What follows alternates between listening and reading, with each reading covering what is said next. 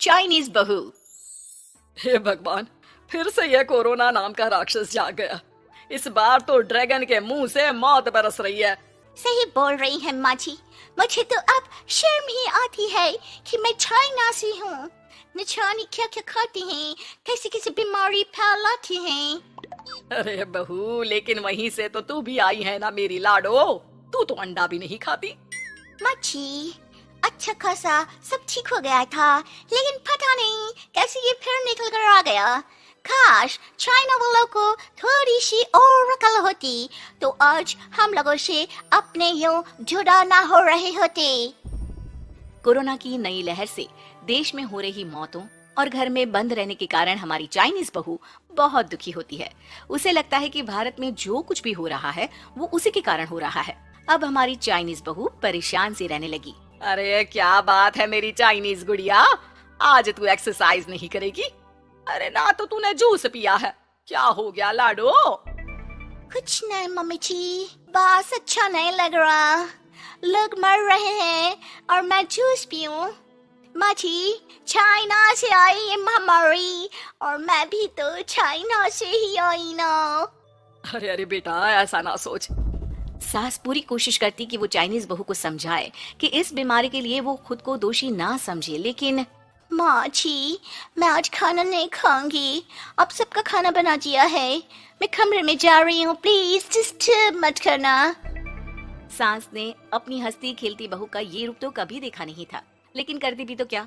अगले दिन सुबह सुबह, अरे ये पूरे घर से स्वादिष्ट खाने की महक आ रही है। ये कौन है जो चाय बनने के वक्त लंच बनाकर तैयार कर रहा है? वो किचन में आती है जहाँ चाइनीज बहू ने शुद्ध वैष्णव खाना तैयार कर रखा था। अरे बहू, सोई नहीं क्या जो इस वक्त इतने प्रकार का खाना बना लिया? हाँ माँ जी, क्या करे, जब दिल में बोझ हो तो नींद नहीं आती। तभी तो मैंने सोचा मैं गरीब और जरूरतमंद लोगों को खाना पहुँचा दूंगी। वो ढेर सारा खाना रोज बनाती और गरीब और बेसहारा लोगों में बांटती। क्या कर रही है बहू? कितने दिनों से देख रही हूँ तो अच्छे से सोती भी नहीं है। क्यों कर रही है लाडो? क्या करूँ माँ जी, मेरे देश के लोग जीवन की लड़ाई लड़ रहे हैं और मैं सो जाऊं, मुझसे नहीं होता। एक दिन चाइनीज बहू पीपीटी किट पहनकर खड़ी होती है।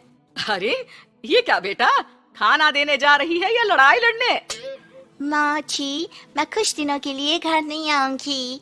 मैंने सोचा है कि मैं घर से बाहर रहकर कोरोना के मरीजों की देखभाल करूंगी। ओ प्लीज प्लीज आप मुझे रोकना नहीं। नहीं नहीं बहू, ये तो तूने बहुत ही नेक काम सोचा है। बस बेटा तू अपना ख्याल रखना। बहू वहाँ से चली जाती है, लेकिन सास की रोज फोन पर बहू से बात होती। घर पर क्या है माँ, क्यों भेज दिया तूने उसे? बाहर कितना खतरा है, उसे कुछ हो गया तो? अरे बिल्कुल चिंता ना कर, उसने सारे नियम कायदे को फॉलो किया है। अरे वो बिल्कुल ठीक रहेगी। और अगर मैं उसे मना कर देती ना तो उसकी अंतरात्मा उसे सोने नहीं देती। तू तो सारा दिन घर से ऑफिस का काम करता, लेकिन मैंने देखा है उसे कितना परेशान रहती थी कुछ दिनों से। हाँ वो भी है। उधर चाइनीज बहू लोगों का खूब ख्याल रखती, उन लोगों तक खाना पहुंचाती, उनके बच्चों की देखभाल करती। एक दिन बहू अपनी सोशल साइट देख रही थी तो उसे दिखता है कि एक आदमी ने बच्चों की देखभाल के लिए पोस्ट डाली है। बहू उसे फोन करती है। मैं आपकी कोई मदद कर सकती हूँ, प्लीज बताओ। दूसरी तरफ से आवाज आती है। मैं और मेरी बीवी दोनों ही कोरोना से पीड़ित हैं। हम लोगों के बच्चों को देखने के लिए कोई नहीं है। प्लीज हमारी मदद करो। हाँ बिल्कुल, आप परेशान ना हो, मैं आ रही हूँ। मुझे आपका एड्रेस बताओ। वो आदमी बहू को पता लिखवाता है। वहाँ वो पहुँच जाती है। ओह, ये किसे बुला लिया आपने? ये तो चाइनीज है, इसी के कारण तो हम लोगों का देश इस परेशानी से जूझ रहा है। अरे पर ये तो हिंदी में बात कर रही थी। तभी बीवी की ऑक्सीजन लेवल गिरने लगती है। ये क्या हो रहा है? आप टेंशन क्यों ले रहे हैं? जल्दी से इन्हें अस्पताल लेकर जाइए। रुकिए, मैं आपको एक अस्पताल में बेड भी दिला देती हूँ। वो मेरे अंकल का अस्पताल है। चाइनीज बहू फोन पर बात करके उन लोगों को बेड दिलाती है, जहाँ पति की भी तबीयत खराब हो जाती है और दोनों को बेड दिलाकर बहू घर में बच्चों की पूरी देखभाल करती है। सास का बहू पर फोन आता है। अरे मेरी चाइनीज गुड़िया, कैसी है रे तू? अरे माँ, पीछे की गली में ही हूँ मैं। वो खाली अलग है ना, उन दोनों हस्बैंड वाइफ को कोरोना हो गया था। मैंने उन लोगों को श्रीवास्तव अंकल के अस्पताल में भर्ती करवा दिया है और अब मैं नमाज ही उन दोनों बच्चों का ख्याल रख रही हूँ। अरे जीती रहे बेटा, कोई जरूरत हो तो बता देना। नहीं नहीं माँ जी, सब कंट्रोल में है, बस इन बच्चों के माँ बाप ठीक होकर घर आ जाए। अच्छा माँ, इन लोगों के घर का फोन बज रहा है, मैं आपको थोड़ी देर बाद कॉल करती हूँ। लैंडलाइन में घर के मालिक का फोन था। हम लोगों की जिंदगी का कोई भरोसा नहीं है, यहाँ इलाज महंगा है और हम लोगों के पास पैसे नहीं है। जितना इलाज हो सकेगा उतना ही होगा। हमारे बाद प्लीज आप हमारे बच्चों को संभाल लेना। नहीं नहीं, ऐसे मत बोलिए, मैं अस्पताल वालों से बात करती हूँ।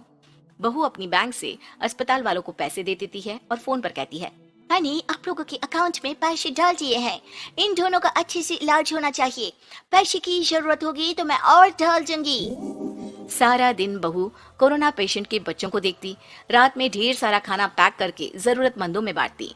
सोशल साइट्स के जरिए भी वो लोगों से जुड़कर उनकी मदद करती। फिर एक दिन घर का मालिक और उसकी बीवी ठीक होकर घर आ जाते हैं। आपका बहुत बहुत शुक्रिया, मैं आपकी पाई पाई लौटा दूंगा। भाई नहीं, पैसा दिया था, लेकिन वो जब आप बिल्कुल ठीक हो जाना तो क्षमा कर दी देना, कोई बात नहीं। दोनों पति पत्नी चाइनीज बहू का शुक्रिया अदा करते हैं। आप तो हम लोगों के लिए भगवान की तरह है, आपका बहुत बहुत शुक्रिया। चाइनीज बहू बहुत खुश हो जाती है। वो घर आकर सास को पूरी बात बताती है। देख मेरी चाइनीज गुड़िया, तुझे चाइना का होने पर अफसोस था ना, लेकिन तूने सच्चे दिल से लोगों की सेवा करके ये बता दिया कि बेटी कहीं की भी क्यों ना हो, ससुराल आकर वो ससुराल के रंग में ही रंग जाती है। अब तो तू मेरी भारतीय बहू है। हाँ।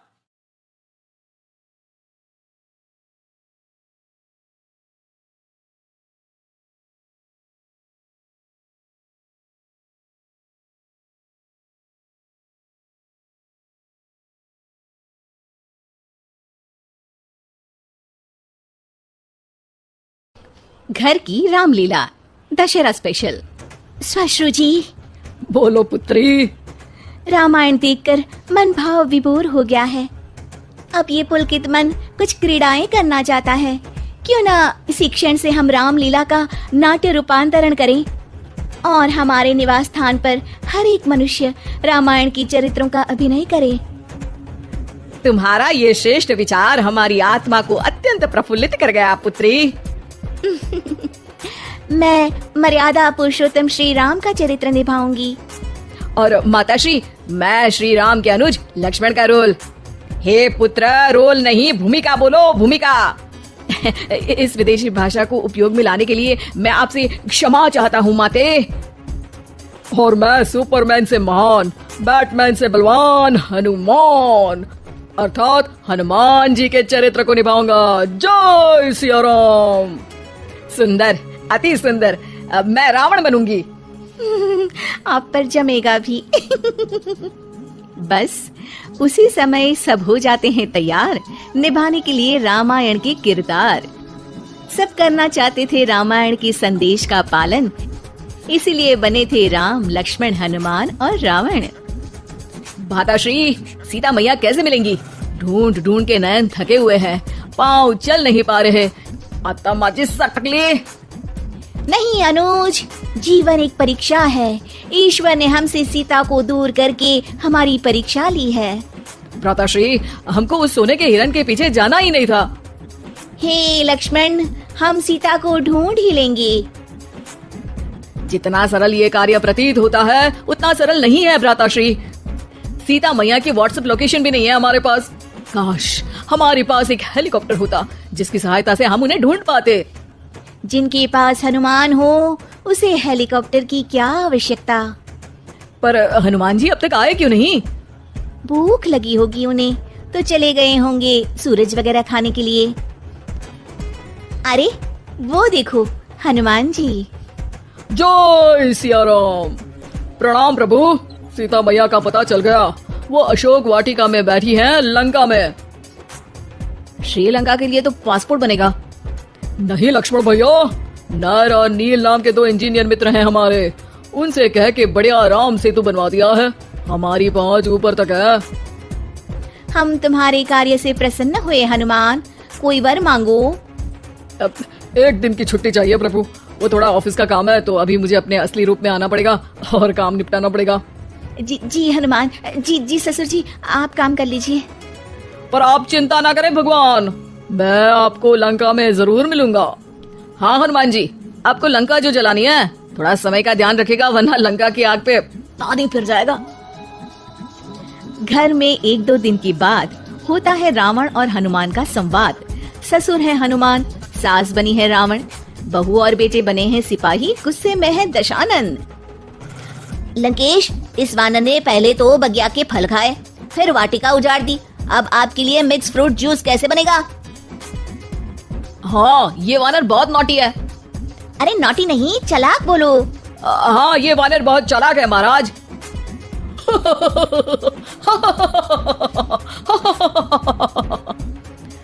अरे इतना हंसने की क्या आवश्यकता है, हमने कोई विनोद की बात तो की नहीं, कोई चुटकुला तो सुनाया नहीं। अरे मैं हंसमुख हूँ वानर। हैं? लोग तो बोलते हैं कि तुम दशमुख हो। अब मैं वो भी हूँ। अब ये बताओ कि बगिया तुमने क्यों तोड़ी? तुमको ये नहीं पता कि पेड़ तोड़ना पाप है?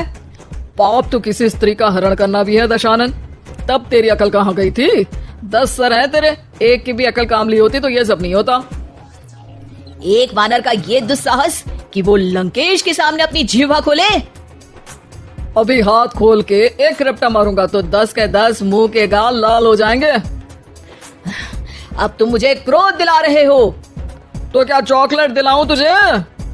तुम्हें पता भी है कि तुम किस महान योद्धा से बात कर रहे हो? नहीं पता, मैं योद्धा से बात कर रहा होता तो जरूर पता होता।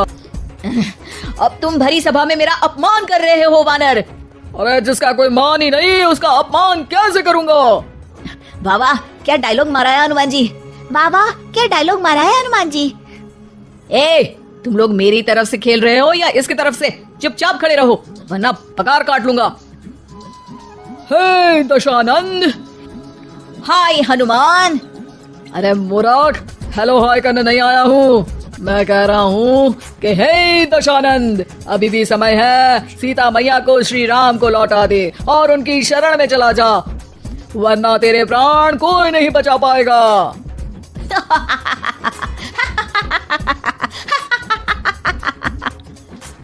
अरे तेरा सेंस ऑफ ह्यूमर खराब है क्या? किसी भी बात पे हंस देता है यार। मैं तो तुम्हारी बातों पे हंस रहा हूँ। तीनों लोगों में कोई पैदा नहीं हुआ जो मेरे प्राणों को हानि पहुंचा सके। अभिमानी रावण, मैंने तुझे समझाया बुझाया पर तू नहीं माना। अब तुझे अपनी जान से हाथ धोना ही पड़ेगा। ये जो 10 सर लेके तू 10 का दम खेल रहा है ना, कटेगा सर, एक एक करके सर सारे कट जाएंगे। तूने अपनी बातों से मेरा दिल जलाया है वानर, अब हम तेरी पूंछ जला देंगे। बस इस बात का ध्यान रहे कि पूंछ में आग लगते ही बाथरूम की तरफ भाग जाना, ताकि नाटक भी पूरा हो जाए और आग भी बुझ जाए। रावण, मुझ पे इतना ध्यान न दे, ज्यादा मुझको ज्ञान न दे। सैनिकों, इसकी पूंछ में आग लगा दो। सैनिक पूंछ में आग लगाते हैं। ससुर जी बाथरूम की तरफ भाग जाते हैं, लेकिन रास्ते में जलती पूंछ एक पर्दे से टकराती है और देखते ही देखते पर्दे में आग लग जाती है। हड़बड़ी में गड़बड़ी हो जाती है, एक नई मुसीबत आ खड़ी होती है। सब पानी लाते हैं, इतने में बढ़ जाती है आग। बाहर धुआं देख के पड़ोसी भी जाते हैं भाग। जैसे तैसे आग तो खत्म हो जाती है, लेकिन घर में ही लंका दहन हो जाती है। हाय राम। अरे रावण होके राम का नाम ले रही हो? अरे बस भी करो, नौटंकी के चक्कर में घर में आग लग गई है। सॉरी माँ जी, ये मेरा आइडिया था। बनने चली थी राम, बिगड़ गए सारे काम। अरे कोई बात नहीं, अब समझ में आ गया ना कि किसी बात का पालन करने के लिए किसी की नकल करने की जरूरत नहीं है। जय सिया राम हनुमान बने बिना भी बोला जा सकता है। अरे कोई बात नहीं, रामायण तो हम देख नहीं पाए, महाभारत जैसा कुछ करो तो जरूर बुलाना।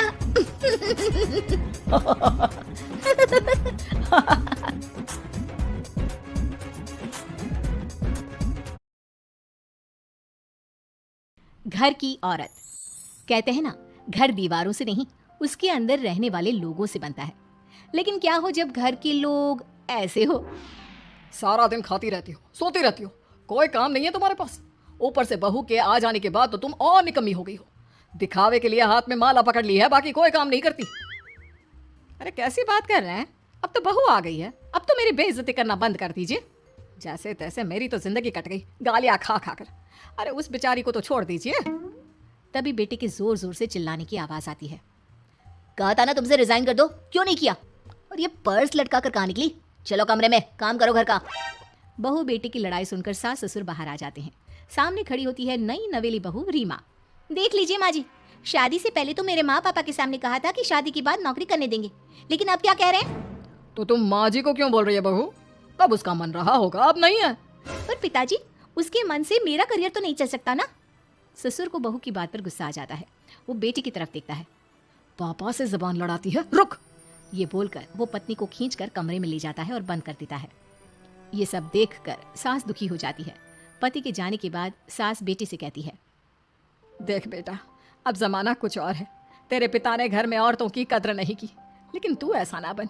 शहर की समझदार पढ़ी लिखी लड़की से शादी की है तूने, उसका ख्याल रखा कर, तमीज से पेश आया कर। जा, बहू को कमरे से बाहर ले आ। लेकिन बेटा नहीं मानता और बहू कमरे में सारा दिन बंद रहती है। शाम को बेटा बाहर जाता है कि सास चाय और बिस्कुट लेकर बहू के कमरे में जाती है। बहू बेटा ये ले, चाय पी ले। रो रो कर कैसी शक्ल बना ली है बेटा। माँ जी, ये कैसे लोग हैं? आप कैसे मैनेज कर रही हैं? ऐसे थोड़ी ना होता है माँ जी। घर की औरतों को तो पिताजी और ये इंसान समझते ही नहीं। क्या करूं बेटा, मैंने तो जैसे तैसे सह लिया, लेकिन तू ना सहना। दोनों बात कर ही रहे थे कि ससुर आ जाते हैं। अच्छा, तो अब बहू को भड़का रही हो? बहुत दिन हो गए मार खाए, अब क्या बहू के सामने खाओगे? जाओ यहाँ से, और जरूरत नहीं है ज्यादा इस लड़की को सर पर चढ़ाने की, समझी? बहू को ससुर की बात पर गुस्सा आ जाता है, लेकिन वो कुछ नहीं कहती। आए दिन बहू देखती है कि कैसे उसकी सास और उसके साथ उसका ससुर और पति गंदा व्यवहार करते हैं। फिर एक दिन, ये क्या बनाया है? खाना बनाना नहीं आता क्या? ये बोलकर वो खाने की भरी सारी थाली फेंक देता है। अरे बेटा कोई बात नहीं, शांत हो जा, मैं अभी बाहर से कुछ मंगवा देता हूँ। हाँ पापा, ऑर्डर करिए। ऐसे खाने से तो पेट भरने से रहा। वैसे खाना तुमको बनाना आता नहीं और बाहर जाकर नौकरी करना चाहती हो। अरे तुम जैसे को तो पूछते भी नहीं है बाहर। बहू को पति की बात पर गुस्सा आता है, तभी सास बोल पड़ती है। तेरे से ज्यादा पढ़ी लिखी है, वो तो तूने इसे कहा था कि तू नौकरी करने देगा तो तुझसे शादी कर ली, वरना ना ही करवाते इसके माँ बाप तुझसे शादी इसकी। और कमाती भी ये तेरे जितना ही है बेटा। बहू हैरान रह जाती है कि जो सास खुद के लिए एक बार भी खड़ी नहीं हुई, वो उसके लिए बेटे को भी भला बुरा सुना रही है। उसकी नज़र में सास की इज्जत और बढ़ जाती है। वो सास को देखकर ये सब सोच ही रही थी कि उसके कान में एक जोर से चांटे की आवाज आती है। किसको किसको मार पड़ी? वो देख ही रही होती है कि उसकी नज़र जमीन पर बैठी सास पर पड़ती है। अभी तो धीरे से मारा, फिर जुबान खोली ना तो ऐसा मारूंगा कि कान के पर्दे फट जाएंगे। सास रो रही थी। बेटा और पति वहां से चले जाते हैं। पिताजी अच्छा किया माँ को जोर का चांटा लगाकर, आगे से जबान खोलने से पहले 4 बार सोचेंगी। बड़ी आई। दोनों हंसते हुए वहां से निकल जाते हैं। बहू सास को उठाती है और पानी देती है। मैंने ये दिन रोज देखे हैं बहू, लेकिन तू नहीं सहना। तू अपना जीवन अपने अनुसार जीना। शादी के वक्त मैंने तेरी माँ से बात करने की कोशिश की थी, उन्हें बताया था, लेकिन वो नहीं मानी। बहू सास को पकड़कर रोने लगती है। वो इसलिए नहीं मानी क्योंकि वो मेरी सगी माँ नहीं है। माँ जी, जिस तरह से आप मेरे लिए खड़ी हुई है ना, मेरी माँ भी नहीं हुई। बेटा मैं तेरा भला चाहती हूँ, तू नौकरी इस घर में रहकर तो नहीं कर पाएगी। एक काम कर, इस घर से चली जा, पैसे कमा और खुश रह। माँ जी, हो सकता है कल तक मैं आपके इस फैसले को मान जाती, लेकिन आज नहीं। माँ जी, आप यहाँ इस नर्क को झेले और मैं आपको छोड़कर चली जाऊं? नहीं, कभी नहीं। अगले रोज, सुनिए, वो क्या है ना, मुझे कुछ कपड़े और गहनों की जरूरत है, तो जरा पैसे दीजिए ना। अब आप घर के मर्द हो तो पैसे तो आपसे ही मांगूंगी ना। बुरा तो नहीं लग रहा ना आपको? नहीं नहीं, बुरा क्यों लगेगा, ये लो कार्ड, कर लेना शॉपिंग। अगले रोज, बिजली का बिल आया है 10,000 का, भर दीजिएगा। इतना बिल कैसे आ गया? बेटा वो क्या है ना, सारा दिन बहू घर में रहती है तो कमरे में एसी और टीवी चलता रहता है। अब कम से कम बाहर जाए तो 4 पैसे कमा कर लाए, लेकिन हम लोगों को थोड़ी ना औरत की कमाई खानी है, वो तो मर्द ही करता है ना। पति पर्स देखता है और फिर हाँ माँ ठीक बोल रही हो, खैर चलता हूँ, ऑफिस का वक्त हो गया है। पति ऑफिस से पिता को फोन करता है। पापा घर के खर्चे तो बढ़ते ही जा रहे हैं, ऊपर से महंगाई आप देख रहे हैं। मैं सोच रहा हूँ क्यों ना मीना को नौकरी के लिए हाँ कर दूँ, 4 पैसे ही लाएगी ना घर में। वो तो तू ठीक बोल रहा है, लेकिन ये औरत की जात, कल को 4 पैसे कमाने लगे तो यह नहीं कि सर पर चढ़कर नाचे। हाँ पिताजी, बात तो सही है। वो तो आप हैं जो माँ को मुट्ठी में रखा है, वरना मेरी वाली तो। खैर, सोचते इस बारे में। शाम को पूरा परिवार साथ बैठा होता है। वो कल पनीर की सब्जी बनानी है तो थोड़े पैसे देकर जाना। और हाँ, कीर्तन भी रखा है संडे को, उसके लिए सामान की लिस्ट बना दी है, ले आना। पापा को दे दो, वो ले आएंगे। अरे पापा कहाँ से ले आएंगे, मेरे पास नहीं है पैसे वैसे। लो, पैसे ही नहीं है? मेरे पापा की जेब तो हमेशा नोटों से भरी रहती है। बेटा, लक्ष्मी को जो पूछता है ना, उसके पास लक्ष्मी रहती है। जो घर की औरतों को मारे पीटे, वो भला कैसे लक्ष्मी का लाभ ले सकता है? वाह वाह, क्या बात है, तो जबान खुल रही है तुम्हारी। लगता है भूल गई पुरानी मार और डांट, क्या? हाँ माँ जी, शांत हो जाइए। मैं नहीं देख सकती आपको मार खाता, और फिर हो सकता है कि मैं आपको बचाने आऊँ तो ये भी मुझे मारे। ठीक है बहू, मैं कुछ नहीं कहती, तो ये लिस्ट बस दे दे, मैं चलिए आराम करने, फिर अगले रोज। सुनिए जी, वो मायके जाना है। वो क्या है ना, शादी के बाद से गई नहीं, तो ट्रेन की टिकट बुक करवा देना। तो मैं भी तो साथ जाऊंगा ना तुम्हारे। तो ठीक है, फिर फ्लाइट की ही टिकट करवा दीजिए। वो क्या है ना, अच्छा थोड़ी ना लगता है, आप पहली बार मेरे साथ जा रहे हो और हम ट्रेन से चले, ठीक है ना?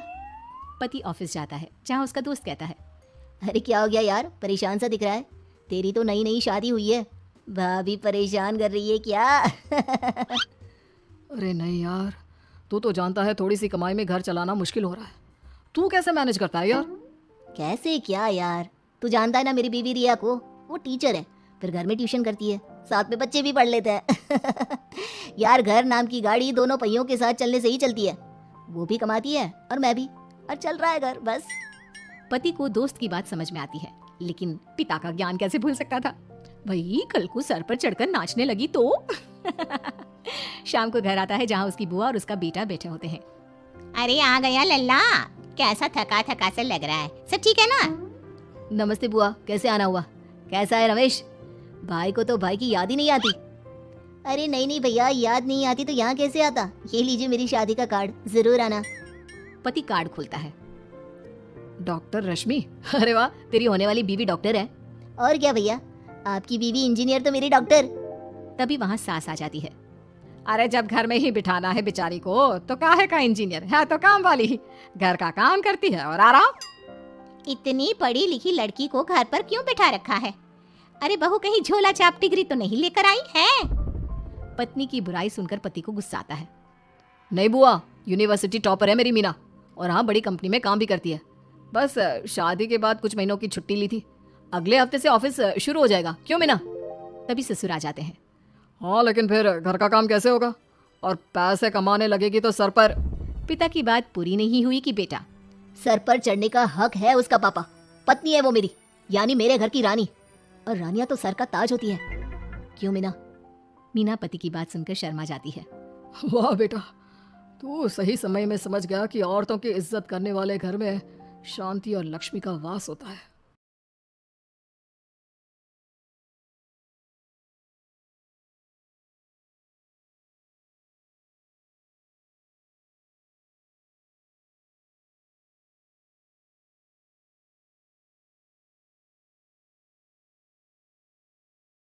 घुंघराले बाल।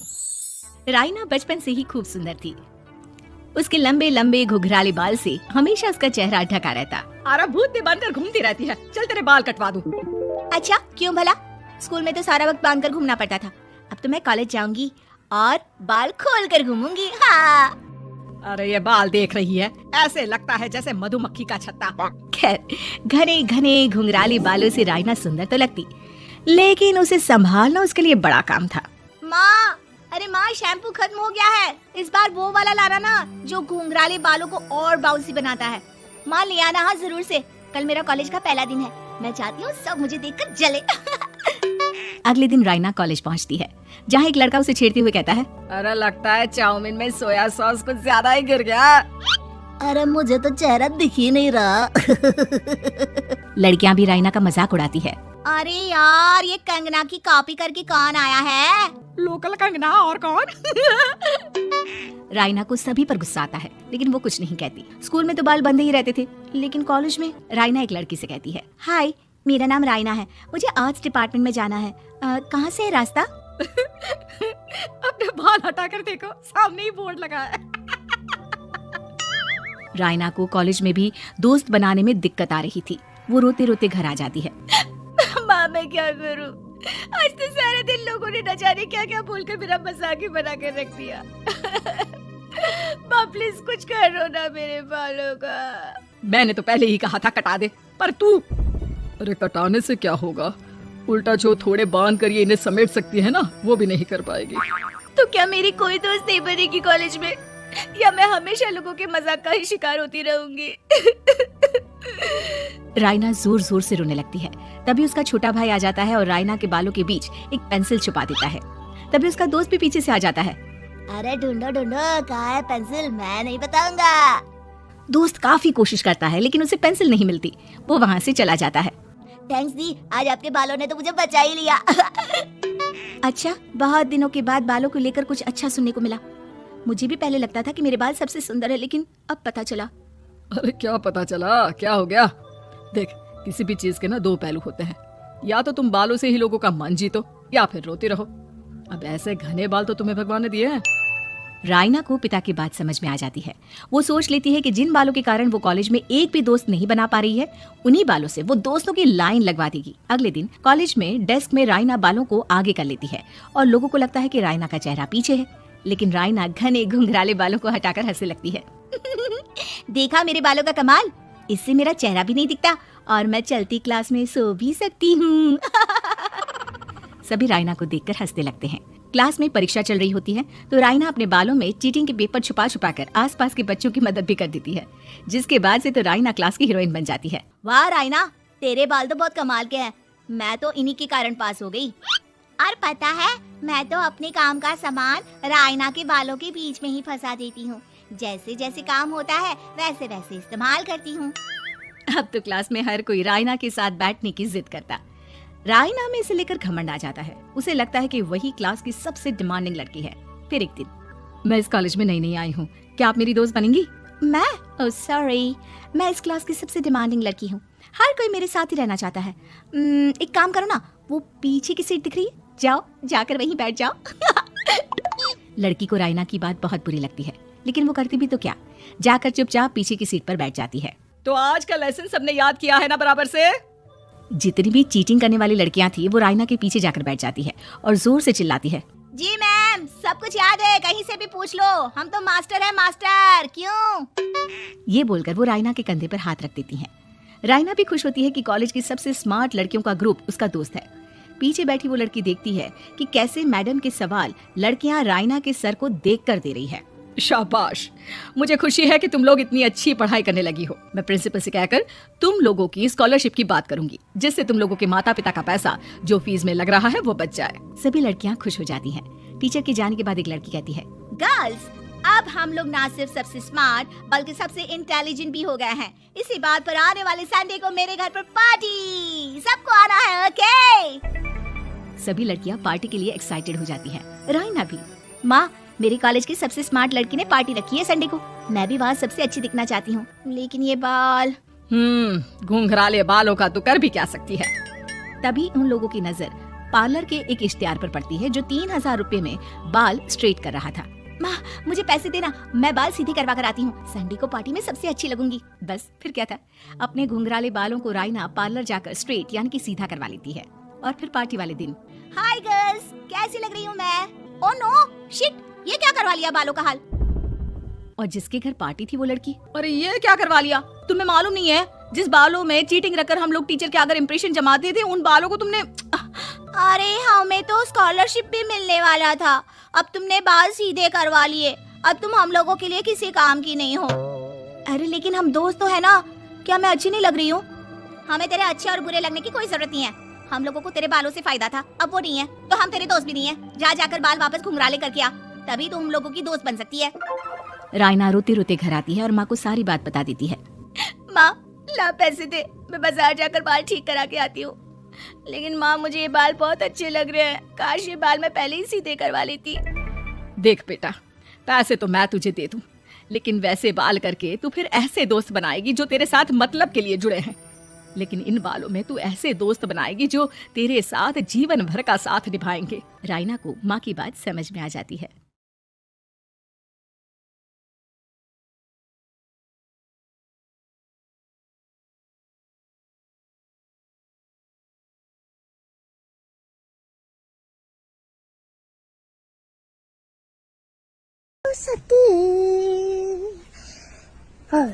Hi. Hello family members and welcome back to my channel. It's me Agukat once again, and first of all, don't forget to subscribe my channel and like, comment, share, and please don't skip my video. I want to watch till the end. So guys, first of all, wishing you a very happy